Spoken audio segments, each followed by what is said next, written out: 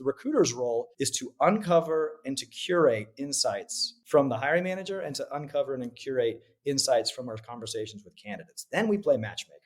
If we do our intake calls and we coax them along as we do and we say, well, tell me a little bit more about what's exciting about this. And they give you that great nugget.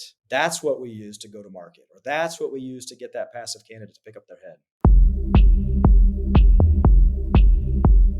Welcome to the podcast, where we introduce you to incredible humans who share their journeys with the mission to inspire you to harness your own inner tenacity to drive your life and career forward.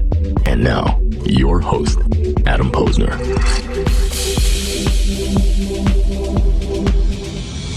Hey everybody, welcome back to the podcast, where I bring you the best and the brightest in the world of business, marketing, and personal growth to help you harness your inner tenacity and drive your career forward. My guest today on the podcast is Nick Livingston. Nick is a co-founder and CEO of Honet Software. He's an experienced talent acquisition and recruiting leader with a track record of helping companies scale, including roles at MTV, TubeMogul, and Talio. Nick is a co-founder of Honet, as I mentioned before, transforming the hiring process with real-time interview intelligence and recruitment process automation. He is passionate about re-engineering the process because we all know there's a lot of room to improve and building high-performing teams. We have a lot to unpack. Let's get to it. Nick, welcome to the podcast. Thank you, Adam. Great to be here. Welcome, welcome, welcome. And we are talking to Nick in Costa Rica. Where about in Costa Rica are you? I'm in a little surf town called Tamarindo on the west coast. It's in Guanacaste. But yeah, we've been here for 7 years. Enjoy it. Moved my family here after living in New York City for a number of years and the San Francisco Bay Area. So that is definitely a juxtaposition of two different worlds. Are we going to get any like cameos by any monkeys or sloths coming in today? There was a horse walking around right outside on the main road eating grass, and all these mopeds were swerving around the horse, which is pretty funny. I was just watching that. Well, we're gonna get into that a little bit later, because I think there's a lot of folks out there who see people, especially during the pandemic. A lot of people picked up and they moved, and incredible opportunities around the world. So we'll get into that in a little bit, because I think that it's really interesting, the decision process, especially with kids, when it comes to education and uprooting your family, and just the complete difference between living in New York or a major market like San Fran to pretty chill Costa Rica. I've been there. It's absolutely beautiful. So let's get into it. You know, we connected a couple of times before, and originally drawn to you because of your background in recruitment and building a recruitment tech product, and an opportunity to check that out. We'll certainly get into it a little bit. But where did it all start? Like, people don't just fall into recruitment. How did you start this journey? Where did it all start for you, Nick? After I went to school for math and physics and realized I didn't want to be an actuary. You know, I was interested in data and numbers, but I was also interested in people and art and music and things like that, which brought me to New York City. So I literally moved to New York with my guitar in a suitcase, and I wanted to work in the music business. But that was around 2003, 2004, when Napster and the series of all the P2P works after that were, putting the music industry in flux, and so the jobs in the music business were limited. So I went to an agency looking for a job that my cousin recommended, who had a friend working at a recruiting agency, and went in there just thinking they could help me find a job somewhere in New York to pay the bills. And they said, "Oh, you seem like a people person and like technology. Have you ever thought about tech recruiting?" And I said, "What is that?" But it turned into a very fulfilling career, and I think it's a profession that's it's interactive, it's fun. There's a lot to learn. You learn about business, you learn about how things get made and built. You learn about all different types of industries and roles within companies. So I really fell in love with the profession, and then have been in recruitment ever since. So it's so interesting too. I mean, I do know a few people that came out of college and went into recruiting, but no one in college is ever like, I want to be a recruiter. Like, without glamorizing. I mean, maybe that's a real niche, is to really glam up some of the recruit. But it's tough right now. I mean, heading into 2025, the show will air in January 2025. I'm optimistic that the market's going to change, whether, that's an effect of the economy, the political climate, maybe some stability, here in the States too. But going back to recruiting, and, in the early 2000s, there wasn't LinkedIn. There wasn't the tools that we have. Were you doing like literally like going down like a phone directory and changing like phone numbers and fax machines and file cabinets? So Nick, I think it's important to kind of level set a little bit and talk about the evolution of recruiting. I mean, you came on board, it was kind of moving forward from that Rolodex and, smile and dial kind of phase. You were talking a little bit about like cyber sleuthing, and you said something that I really kind of hit home. And I think it's something that we keep is we're connectors, we're sourcers, right? We're a conduit for finding the talent, and it goes back to you were talking about Napster before, and it kind of brought up this memory in my head of college when I would literally spend time on Napster downloading, maybe not the most legal versions of music and files and everything, but it was a hunt, right? Totally. It was a thrill of the hunt. So for you to able to capture that musical kind of inspiration and take it to recruiting, and then the other part, like you had to learn a whole new industry. You had to learn the tech side of it. And what better way to do that than by talking to candidates and companies? Yeah, I mean, it was the the fire hose of new information. Not only just how what is recruiting or what is. I mean, having never had a professional full time Mm, job, and now you're tasked with trying to convince people to take different jobs and things like that. So it's a little ironic in that lens. But you're right. I saw this as a talent scout opportunity. You're not recruiting musicians or finding new artists, but you're finding software engineers and product managers and you're right. Those tools we in the college with the first T1 lines of supersonic internet speed, where you're mhm, not watching applying those techniques of finding music online, yeah, is now finding hidden talent or fit hidden profiles or cached resumes, and that whole sleuthing community was just eye opening in terms of not just teaching you to find people, but find things on the web.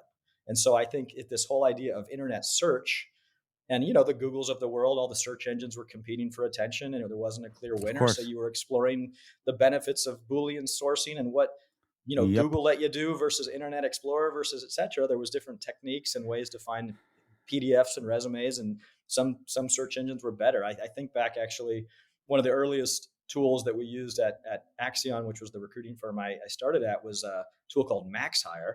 I think they Mm. were later acquired by Bullhorn, but what it gave you was a matrix search result, which was really fascinating. And no ATSs have done it since. But if you're looking for someone with Java and in modern terms, let's say JavaScript and React Right. and front Node. end, and okay, maybe it's a term query, it would actually show you a matrix results of all the combinations of Ahead of its having time. four of those things, five of those things, six of those things, and so you knew where your Boolean was wrong, or maybe where you were becoming too specific and where you were losing results. So anyway, it was the floodgate of information, I think, beyond just what are you searching on the web, which is fascinating.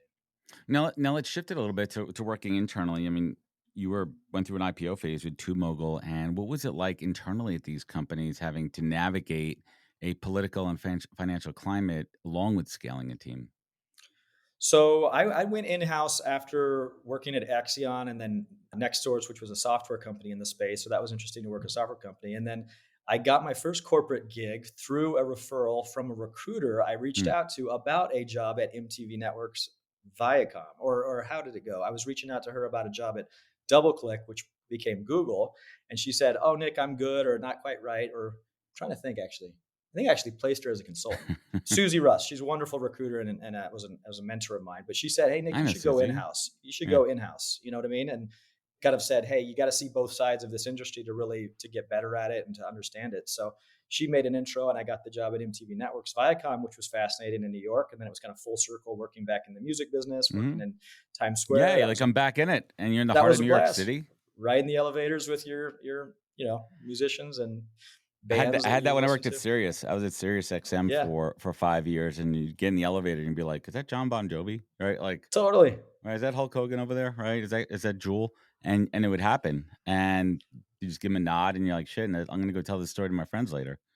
Totally. There was a great HR manager, Malik, who worked for VH1, and he was like on a few floors below us. And he'd ping me, be like, "Nick, get down here at 327." And I'd Yeah.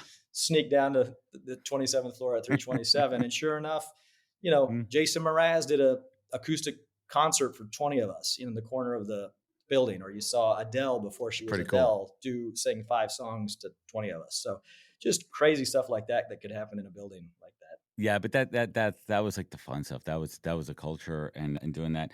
What was one of those maybe tough moves from going from an agency recruiter to in house that you weren't expecting? So yeah, that was a shift, right? On the agency side of things, I mean, you're commission based. You only Hmm. get paid if your candidate gets the hire. So you're kind of doing anything and everything you can to like either clearly communicate, sell, push, follow up. It's sales. It's really you learn a lot from a commission based agency environment within whatever industry you're in. Not just recruiting where commissions involved and you're an agency. So that was a learning curve there. Going in house, you then learn that oh, hiring the best person, it's our responsibility as TA partners. When we see a yellow flag or a red flag, we bubble that up, right? Us blocking a bad hire is Mhm. just as important as hiring the right person. And It's so critical to the business, of you course. flip the lens in terms of what you're thinking. It's not just, oh, I want my guy to get hired. It's we want to hire the right person for the role, right? Regardless of the channel, right? And then I also shifted to managing a bunch of agencies, technical agencies, being an in-house And recruiting manager, and that was fascinating to you know see. the inside track too. You know the game. Well, you knew the game, and but it was also really interesting switching to be on the receiving end of candidate Hmm. submissions, right? And then you quickly learn that all submissions are not equal. Nope. Some people go way deeper in terms of their screening process. Some people are better at presenting candidates. And then even to this day, we work with clients, and it's fascinating to see that some recruiters who are still charging 25% fees are forwarding a resume and saying, just forwarding a resume They're paper and pushers. They're not expecting a doing the real 30% art, fee. right? They're not doing the real work. The real work. And the other piece that I say all the time, whether you're internal in-house or you're working with an external agency, you are the front line of hiring for that brand. You are the brand ambassador.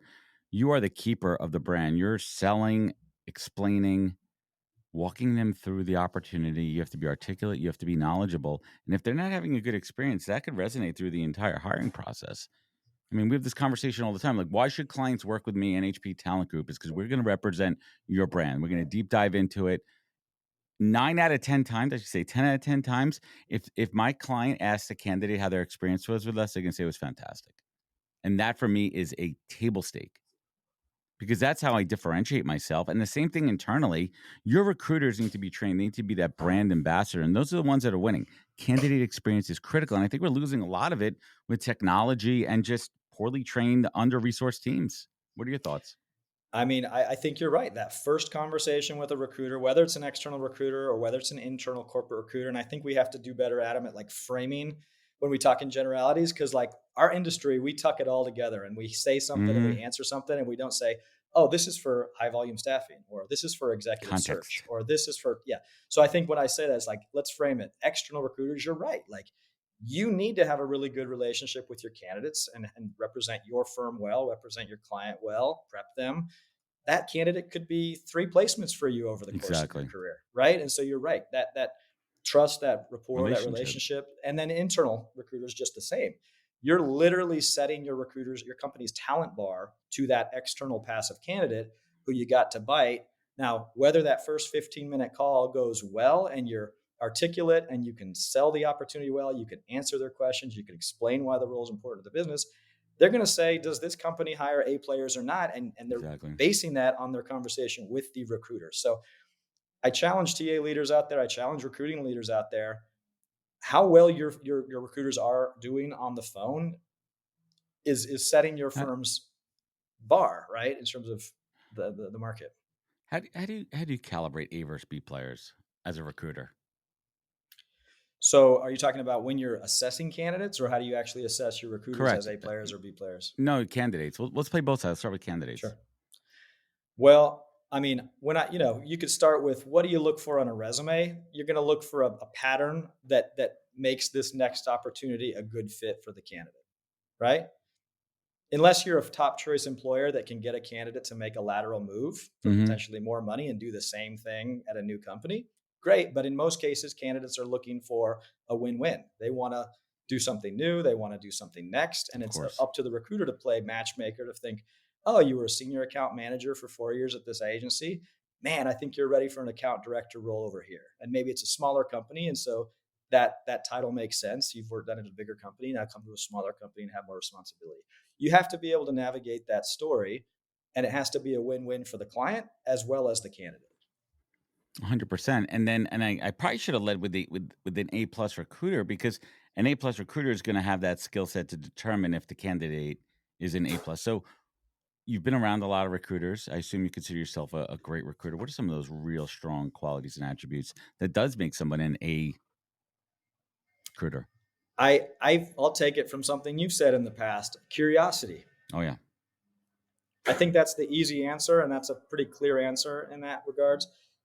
You know, if you're there's so much to learn in recruitment just about either the clients you serve, the industries that they support, what products they're building, how those are Hmm. differentiated. I mean, it's endless the amount of information you could choose to uncover and dig into. And I think that's why recruiters that have some sort of a niche or focus stand out, right? Because we were talking to a recruiter on our podcast, the Honet podcast, a couple of weeks ago, who focuses on paints and polymers, Just right? deep, And inch wide, mile deep, and just gets into it.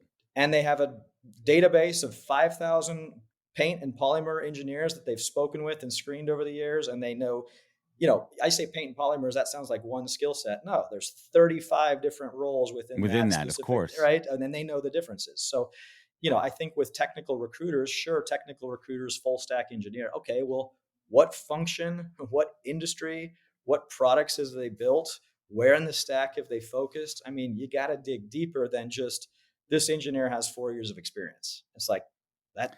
That's It's scratching the surface. I It's mean, not. it's straight up curiosity. Yeah. It's straight curiosity on that too, because that's what's going to get you deeper, right? That's what's going to get you the the the the gem, the gold, and it comes down to the motivation. I mean, I learned that early on when I started pivoting to recruiting. There's the art and the science. We're going to talk about the science with Honet and the stuff you're doing and building in the team, but the art of it is the art of the conversation, pulling out the why. Why does somebody want to or potentially want? Maybe they don't want to move jobs. And that we talk about the passive candidate, right? We talk about what is it that could compel them to maybe consider another role. Sometimes, honestly, we just talk about Juan Soto signing a big deal. Sometimes it just comes down to money. Hmm. Sometimes you don't know people's financial situations, the right time, right opportunity. You need the money, and that's what happens there too. So you've been in the trenches, you've been in the war zone, you've been in that too. During that time, are you picking up pieces that kind of led to the birth of going out on your own and creating a product for recruiting with Honet? What were those first kind of signals through the noise that you heard?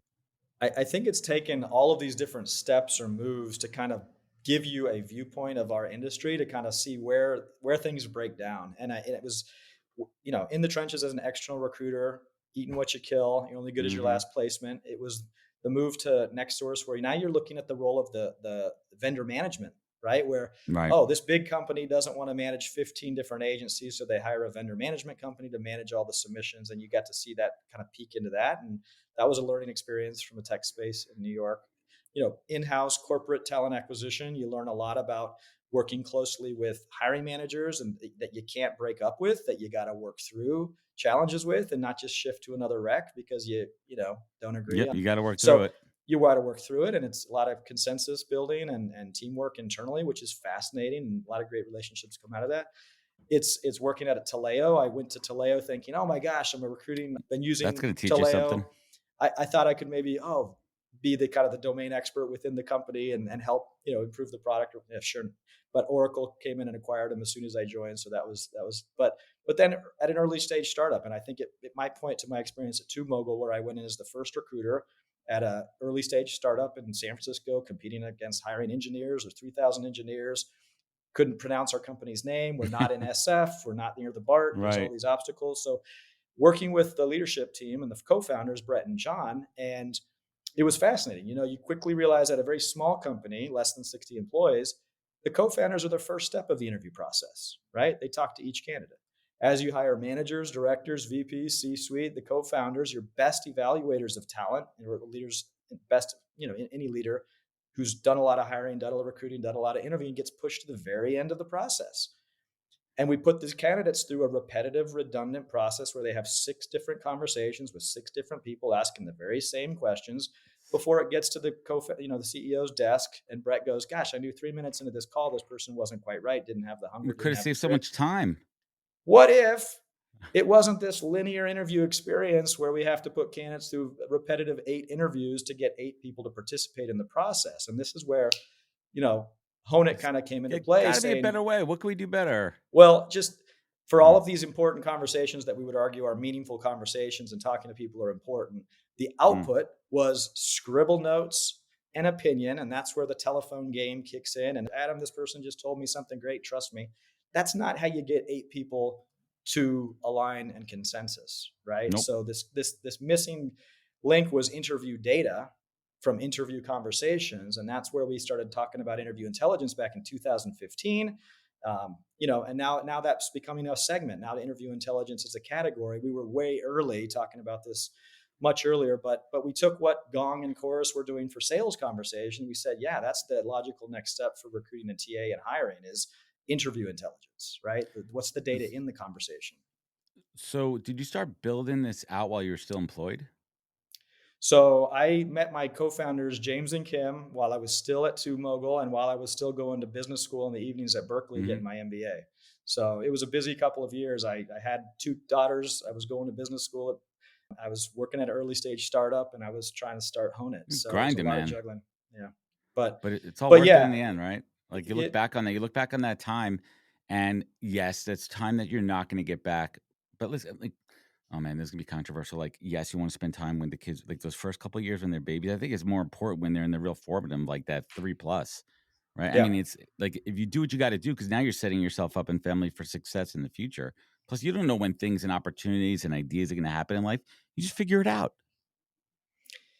It was a lot of balancing, but yeah, when kids are that young, you're right. That is probably a good time to As long as you go have the for it. support. Yeah, as long as you have the support and my spouse, Corinne, my wife, she's very supportive in this journey, and it's been a long journey. But again, that's we're going back to the basics of what's the fundamental problem in our industry. There's a giant group of people it Mm-hmm. takes to make a hire, right? And the further you go out from external recruiters and external account managers and internal corporate recruiters and hiring managers and stakeholders and finance and HR and the legal team and the Mm-hmm. All the C-suite buy-in. and that's a lot of people to get on the same page. So if we're not on the same page from the very first intake call and what the hiring manager wants, and we're not on the same page of getting a candidate through the process and what are we asking and what are they saying and how are we measuring the competencies and skills that are important to this role, how are we doing this? And if we're not measuring all that, how do we get better at any of this stuff? Hey, everybody, I want to talk about a product and platform that I absolutely love and our latest sponsor, Interseller, the prospecting and outreach platform of choice for recruiters and sellers. Whether you're doubling down on business development or recruiting talent, Interseller does all the heavy lifting of finding contact data, automating the email and follow-up process, and syncs all that rich data into 20 plus CRM and ATS platforms. Reach out now and get going on a 2-week free trial and let them know you heard about it from Adam on the podcast today. Check out the link on the website. Appreciate it. The first break point I always say is a misalignment of the job description with the hiring manager and the team need versus want. It's either lazy, incompetence. There's some combination of a miscommunication, and that's why sign off and consensus on what are we really looking for. Now, with that being said, yes, roles evolve, or you find somebody who's like, you know what, I like some of what they're doing here. Maybe the role could be a little bit like, but it all starts with that initial alignment. So we talk about interview intelligence. Before we do that, when was that decision to say, I'm all in, I'm leaving, the 9 to 5 W-2 life, and I'm going to go build this thing? What was that like? It was scary. It was scary. We did a small friends and family round to kind of just be like, man, can we explain this Mm. concept well enough for just even someone to believe in us? And luckily we found someone to who could back us initially. And I think that was just I just graduated with my MBA. We had just gone through an IPO at Two Mogul, and I had just met two technical co-founders who were just as excited as I was about re-engineering the interview process. And so, when does that ever happen? When you find two technical co-founders who are Stars were equally aligned. upset? Stars Yeah. were So it was just aligned. like Mm. it was kind of the trifecta to just say, Mm. hey, this is it. And so we went through a few pivots early on, as a lot of startups do. Originally, one of the problems we were trying to solve for is interview feedback is something candidates don't get. And Hmm. so nobody gets better at interviewing. And both of my co-founders experienced this problem. They're both great, solid senior engineers and architects in SF. Yet, when you interview with a recruiter, You're not getting if you anything back. can't connect with them, maybe you don't get past the phone screen, even though you're a great engineer. Or, man, if you're a great engineer, but you need more than 10 seconds at the whiteboard to mock out an elegant solution, but you're still great an engineer. So it's like the interview process was just kind of not making sense to them as well. And I was Mm. seeing it from the internal. And then, here you have these two engineers that want to build this thing. And so we went through some pivots, but it was fun to just find that alignment with someone at the very beginning to You solve got the big lucky too. problem. Doesn't always Yeah, happen. to solve And not everybody exactly. needs not everyone needs a co-founder. I mean, if you don't have the technical, you have to find people who have those skills. Nick, what was one of those first early lessons where proverbial punch in the face as a startup founder? Oh, I've had so many of them. Gosh, I guess one is, you're building something and you realize either just this not going to work. So the first model was that three-sided network I talked about, Mm. interview feedback and things like that. We try to then rebundle that, pitch it to career centers where they could have a built-in network. They've got students who need interview practice. They've got alumni who want to volunteer, give back, and then there's companies in the ecosystem hire. We thought that might be an interesting solution for universities, but again, they limited funds. So then pivot again. We go back to what which is how do you recruit, hire, and scale for companies. But yeah, the punches in the face. I mean, man, I think we've self-funded Honet since that kind of friends and family round. It's interesting to see other companies raising money in the space, right, around interview intelligence. We've got people that log in and demo our stuff or pilot our stuff, and then we go out and build something similar. There's a lot of that going around, but I think there's just a lot of learnings every day, and that's why we're excited. It's like every day you are learning something new. Every day if you're committed to the vision of solving a fundamental problem, which we think it's a big problem, then the motivation's there. How do you differentiate? You mentioned, listen, there's quote unquote nothing, no new ideas anymore. It's like building a better mousetrap with a lot of the tools in HR and TA tech. So when you talk about real time interview intelligence, how do you differentiate? How do you stand out in the competition? Yeah, I think there's a lot of note-taking tools out of there, and I think that again, the language we use as TA practitioners or in the vendor space, like how do we articulate or define the segments or the Mm. categories that we're building? I think we just, as an industry, we need to get better at that. We're focusing on top of the funnel. So what is the common process? Recruiters going to have a first round screening call, or in our case, we say first round interview, because we think recruiters can now interview candidates. It's not just this throwaway screen. With the right tools, you can conduct a comprehensive interview on the very first call, whether it's a phone call or video call. Recruiters can do that to give more of time back to the line of business, to Hmm. provide more value to the hiring teams. I think what we're seeing is, while note-taking tools are helpful, if I interview you and type out my bullet points, or a robot makes the bullet points, those are still just some bullet points. And that, for a 40-minute conversation with someone, that still feels a bit limited as an output, right? And then the next person has to read said bullet points, Interpret them. interpret them. There's misinterpretation, miscommunication, right? Swirls around text, and AI is never been easier to create text. But I think going back to what is important, it's the human voice, it's the human conversation. And that's where in Honet, we've built an entire platform. It's a whole workflow platform around scheduling automation, note-taking automation, interview guides, instant write-ups, candidate presentations, submissions, and feedback. So that whole workflow, that's the work that recruiters do. The output, one-click instant candidate presentations that showcase the communication skills, soft skills, technical knowledge in seconds.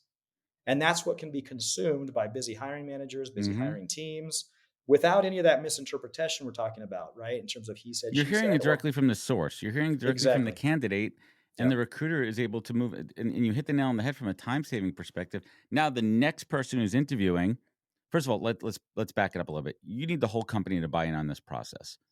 They need to know why they're using it and how the advantage of it from a time perspective. So Adam interviewed somebody. Now the tool is sending the summary and the write up and everything to Nick. Nick's going to be the next in line. You don't have to, as you said before, go back to tell me your life story again and go back to points. Now you could really Yeah. hone in on specific elements of the role and that candidate's background and spend your time wisely on that. You don't have to revisit what the Yeah. recruiter already talked about. It's good to have multiple perspectives. And we all agree that having multiple people and stakeholders involved, because everybody has different experiences they can bring, and Hmm. see patterns and things like that. But each incremental interview should be additive. It should not be Correct. repetitive. Additive. So it's either learning what was understood or captured from the first interview, digging deeper in each of those topics without repeating the same first 3-minute answer to each question, digging deeper, or moving on. Man, check the boxes from that competency and skill from that interview. We're going to dig into this next important skill and competency on the next interview, right?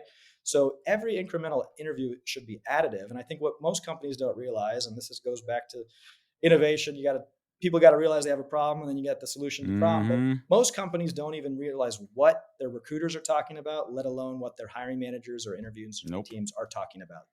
Black box.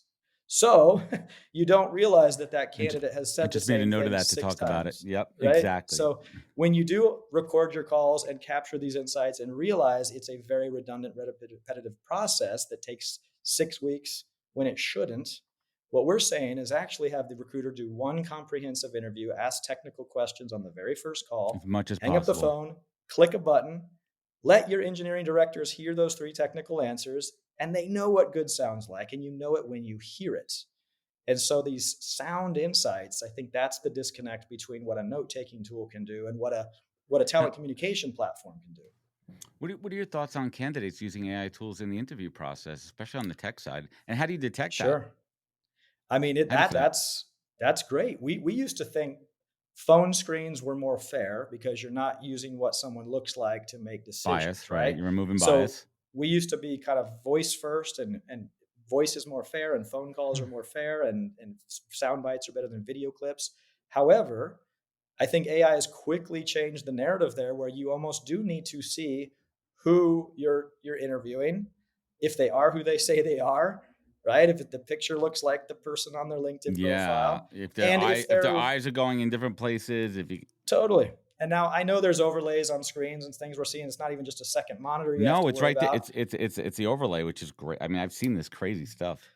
But I mean, I think again, we know it when we hear it. Now, if you're just sending a Hmm. candidate, hey, here's a robot interview with our robot, and then we'll look at the summary of the text, like I think we're going to miss out on some of those human insights that we can uncover by the delay in speech, And reading things that it can't be picked up on a transcript, things like that. so how do you balance the use of AI the right way with ensuring human connection? We like to say at Honet, recruiters can automate everything before the call, during the call, and after the call, but don't remove the call. I'm with you on that. But I also think we're making a blanket statement here. I think that if we're talking about Sure. high volume hiring, high volume roles, service industry, frontline, a lot of things can be automated up to a certain point. But when you get into more technical roles, you get into more client customer facing roles, there has to be the human contact. So if you're using the AI tools, use it as you're saying and creating with this product to create more of the human time for the connection, to talk about those intangibles, the culture, the values, understanding a candidate's motivation, being able to answer those questions when you take the upfront qualification from a skills perspective out of the equation because it's already qualified. That's a great point. I think that whereas we as an industry need to get better about defining and the context of what we're talking about. So you bring up a great point. For any company that has high volume hiring, or maybe they have a filtering issue, is another way to Mm, phrase it. You post a job, and nowadays, even skilled jobs, you're getting 800 yep. applicants. The Why? market. Because we've made it so easy for people to apply that That we're damn easy scared. apply button. Yep. But okay, and then let's unpack that a bit. Well, there is the option to add 3 or 4 screening questions on an application, but yet most recruiters don't Knockouts. take the time to create 3 or 4 yes or no knockout questions tied to a job application. Mm. If recruiters take the time to do that, you can whittle out a good percentage of candidates who just fundamentally aren't qualified. Either they're not authorized to work, they can't meet the work schedule, they don't want to do on site, they don't have 3 years of software development, whatever the thing is. Mm. A few screening drop down questions can go a long way to whittling that pile of 800 down to 100 candidates that are worth talking Bit to or more worth filtering. consideration. So, my question is, but then recruiters like to say, oh, we don't do that or we don't want to lose applicants. And I say, wait, but then on the next step of the process, you're going to send them a one-way interview to do 45 minutes on the video call to answer 6 questions and figure It out what doesn't they're make wearing. sense. And like, why are you adding more steps on the second step of the process rather than just improving the apply process and making that more effective and efficient? So it's interesting. The filtering issue. Do you need AI to solve that? I don't know. I think it could help in certain situations. I also think going back to logic and common sense can actually do a lot of filtering without AI. I could only assume how much intel that you're getting internally, through working with all of your clients and how it's defining the product, redefining it, and improving it. What's one of those big takeaways, in the last year or so? You're like, wow, I didn't know. We let me reframe that. What insight did you pull from the clients that are using the tool right now that are enhancing the product? So more and more use cases are actually coming out of recruiters just talking to people through the Honet platform. So what was originally built for candidate screening and submissions, and what can you talk, Mm, asking candidates great answers and then sharing those key asking great questions and then sharing the key answers with clients for instant interview collaboration. That was the first use case. Recruiters then started using it for intake calls with hiring managers, right? Well, what's an intake call? That's an interview. You're asking the hiring manager a series of great questions. Obviously, it's not scripted. You're having a conversation, but you're asking why the job's open, what's important, how it impacts the business, what the team is like that the person would work with, where a person could go if they're successful in the company. Those are 5 great interview questions you ask a hiring manager, and a good hiring manager has 5 good answers. Well, you hang up from an intake call. What do you have to go to market to attract passive candidates? Your bullet points from your note taker, or sound bites of the hiring manager explaining why the job's so Exactly. exciting and what the point of the job is. That's interview intelligence from the intake call you can now use when you reach out to a passive candidate to build trust, transparency through audible job insights. So that was something and then one of our customers came to us and said, "Hey, instead of a candidate presentation, can we change the headline to job presentation and share Mm. sound bites from the hiring manager?" I was like, wow, that's like so easy to do, and it adds so much new But value to the recruiter. right, and then you think about how do you take those insights? And I've had this conversation too. Is how do you take those elements from the hiring manager and put that into the job description with video, audio? Hey, my name's Adam. I'm the hiring manager on this job. Here's 3 things I'm looking for. Is this you? Then let's talk. If not, maybe Well, maybe look somewhere else. And then you could also get a sense yeah. of who you might be working for. And but there's little biases in there too. But it's also improving the candidate experience and employer branding. So thinking about how you use this product that you created and flip it around for more utility. Yeah, so you can embed Honet sound bites onto your job descriptions on your career web pages. It's just a link, or you can embed them with our iframes. Hmm. Or when you're reaching out to passive candidate, you got a link. You can say, "Hey, here's an opportunity I mentioned. Here's a few highlights from the hiring manager explaining the job." And back to you said this earlier in the conversation, Adam. I think it's the recruiter's role is to uncover and to curate insights from the hiring manager and to uncover and curate insights from our conversations with candidates. Then we play matchmaker. And so if we just say, "Hey, hiring manager, go to YouTube or use Vidyard to record yourself talking about this job or explain what's Boom. exciting," one, hiring managers don't want to do it. They're awkward. But if we do our intake calls and we coax them along as we do, and we say, Right. You have "Well, a tell me a script. little You bit get more about right. what's exciting about this," and they give you Yeah. that great nugget, that's what we use to go to market, or that's what we use to And get that passive candidate to pick up their head. Yeah. exactly. I love it. So you've been building this company out. What's the challenge at this phase of the organization? What is that that's keeping you up at night? What's that big challenge? Or You maybe that know, big hairy audacious goal that's in your face. yeah, I think the big goal for us is we've been thinking a lot about interview intelligence as qualitative interview intelligence, and simply capturing all of the questions and the answers and the skills and the competencies and putting that in a structured interview data format, right? Where now you can search all of this data, you can rediscover all of this information, you can find it. Sourcers love it. And again, we're not searching resume data, we're searching interview data that Mm. from pre-screened or interview candidates, so you can bubble them up. I think the big picture for us is, how do we go from this awesome data set of interview intelligence that's been qualitative to Hmm. quantify or quantitative interview intelligence, but not rely necessarily on AI to score it, because I think until you have a data set of which to train interview data, you need humans in the loop to essentially score some of this data. So that's where we're at now. How do you combine this great rich data set with human experts, meaning hiring managers potentially scoring answers, and then now you can rate or rank or stack rank candidates based on what they said, not based on what an AI bot thinks or something like that. Yeah, So exactly. It's exciting. I mean, I think I, I I talk to a lot of leaders in the HR tech space. Are you mindful of consolidation? Is the ultimate goal to be acquired? we're head focused on the North Star of building something to solve problems for recruiters and talent partners, and ultimately hiring managers and hiring teams. Um, and if that leads to an exit, I feel like we talk a lot about the 4 S's in recruitment. There's sourcing, then there's schedule, screen, submit. Right? It's kind of every recruiter's workflow has the 4 S's. Hmm. We've been really focusing on schedule, screen, submit, and making that a really great, you know, streamlined process. We partner with sourcing tools because we complete those 4 S's, and then we Hmm. can push all of this interview intelligence into applicant tracking systems who, many don't have their communication platform. So we would love to just sit in the middle, be a communication platform, purpose built for the industry. And whether it's sourcing tools that get excited about this or applicant tracking systems or LinkedIn, there's a lot of potential integration capabilities there. I've never heard it used as a 4S's before. I like that. I think I'm going to steal. So let's shift gears a little bit. I want to talk about your decision to move your family. What was the impetus to move from New York to Costa Rica? Yeah, we were in New York City for 8 years. We moved to San Francisco Bay Area. We lived in Oakland for 7 years. And then we moved to Costa Rica from there. And I think it Hmm. was a couple of things. We had just had our third daughter. And so my wife was on maternity leave or going on maternity leave soon. And we thought, gosh, we're working out of coffee shops already.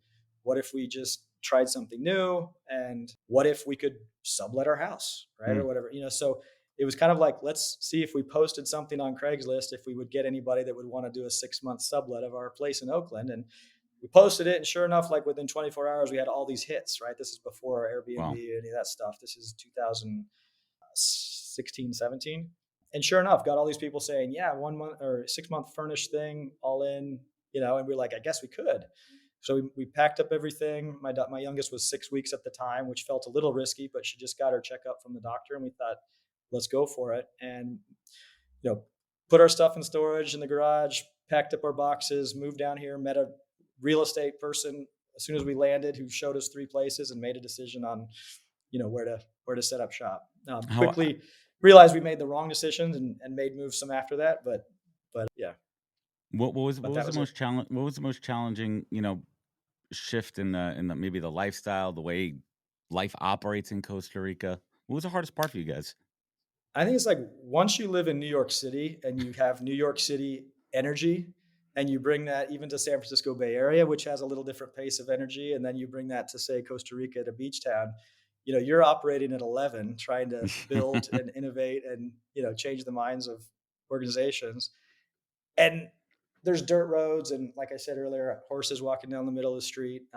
But I think it's a really interesting balance. It's like, high speed internet is now everywhere. We use Starlink Hmm. here, which is great. It's probably just juggling that. One, you are a little further, so there are some in person things that I do. I like to get to conferences and have in person time, but we're an hour away from an airport that has direct flights to Miami and you You know you get where you LA need to and go, yep. right? You get where you need to go, and just the fresh air, and the kids must love it. The nature, being in a warm tropical climate, it's good for them. What about the education system down there in Yeah, schooling? one of the reasons we chose this Tamarindo area, and there's a number of little towns in this area, was the good schools. There was a lot of good schools to choose from, depending on what you're looking for. Small schools, bigger schools, interbaccalaureate where you get credits that transfer in the United States, advanced placement classes. So depending on what you're looking for, you could have a kind of a holistic school. And again, when we first moved down here, our kids went to a school where they learned finger knitting and plain and interactive and all that kind of stuff. And then now they're at a school where they're taking, advanced math classes and things like that. So if they want, so there's a little bit of that for everybody. I think that's where a lot of expats live in Tamarindo. There's a lot of beautiful places in Costa Rica, but I think that's where this particular area brings a lot of folks from Canada or Europe or the States. And on the weekends, you guys like head out, take road trips, explore. What's that like? Yeah, I mean, even just this weekend, a couple of my best friends from Seattle flew in with their kids, and they see this as a vacation destination, right? And so you get people to visit you, and Of course, not a it's bad almost place. like, Like, hey, you want to come down and visit? yeah, Of course, yeah, we'll come for 3 days. Kids have a long weekend. It's not a bad flight from New York. It takes about 5 hours. It's not terrible. yeah. And I think the other thing a lot of folks don't think about when they live away from home is that it actually gives you more time to visit home. So we'll come back for a month during the holidays or a month and a half in the winter, see family for an extended period of time, just like we'll come back during the summer for a month or two and stay with family and see them. So what's interesting, I think I see my dad more living down here in a way than even New York, where we'd see people at a week at a time. Here you can kind of see people a month at a time. I love it. Love it. Love what you're building with Honet. Excited to see innovation. That's really what it's about because this industry is ripe for disruption. The current process is broken. We hear it from job seekers. We hear it from companies, and we're at the point now we're reaching this peak of peak HR tech innovation. I'm at all these conferences. I'm seeing it firsthand. I'm seeing some great products out there. So continue to do what you're doing, Nick. I love the product. I love what you're building. Let's bring it home here, Nick. When you've been around the block, you've been there, you've done it. But what is that single greatest piece of advice that you've received that you take action on every single day? Could be a mantra, could be something you say when you wake up in the morning. But what is that keeps you focused? Don't quit. Don't quit. I think, focus on the big problem that you're solving. We see that as this interview experience we talked about, the interview experience for external recruiters, for internal recruiters, for hiring teams. It affects everybody, right? As candidates, and as hires. Don't give up. I think there's a lot of room for multiple players in this space. It's a big market. It's a big industry. Just keep solving fundamental problems for your customers, and things will grow. I dig it. And last but not least, you've had success in so many different areas of your life. But Nick Livingston, how do you define success? Probably starts at home. Probably starts at being a good dad, and then, being a good coworker, and then being a good colleague. You know what I mean? I think, but it starts at home. It starts at home, being successful at home. So, Nick, I appreciate you. I want everyone to check out, head over to honet.com, HONEIT.com. We're going to link it up in the show links. Nick, I want to thank you so much for joining me. Where else can folks find you? Where could they connect? Where could they learn more? Yeah, let's connect on LinkedIn. Nick Livingston. Nick@honet.com is my direct email. And yeah, we do offer free trials. If you want to give it a spin, it's a good value for recruiters. It's great value for hiring managers and clients. And we're seeing for many companies, it's a revenue generator. So That's awesome. Offer a free trial. Work smarter, not harder. Make it a better candidate experience. Make it a better experience for your entire team, and get those A players. Nick, I want to thank you so much for joining me. Everyone listening at home, thank you so much. If this show meant something to you, leave a review, a rating. It goes a long way. Find out more at thepodcast.com. Follow us on Instagram at NHP Talent. Check out our YouTube page /thepodcast. Keep it pretty easy. Remember, be good to yourself, be better to others, and catch us next week for another great episode of the podcast. Take care, everybody. Wisdom is forever, but for us, it's time to go. Thank you for joining us. Luckily, we'll be back with our next episode soon, jam-packed with more incredible humans. Thank you for listening, subscribing, and sharing. To join the conversation, search the podcast on LinkedIn. And to catch up on past episodes and more info, please visit www.thepodcast.com.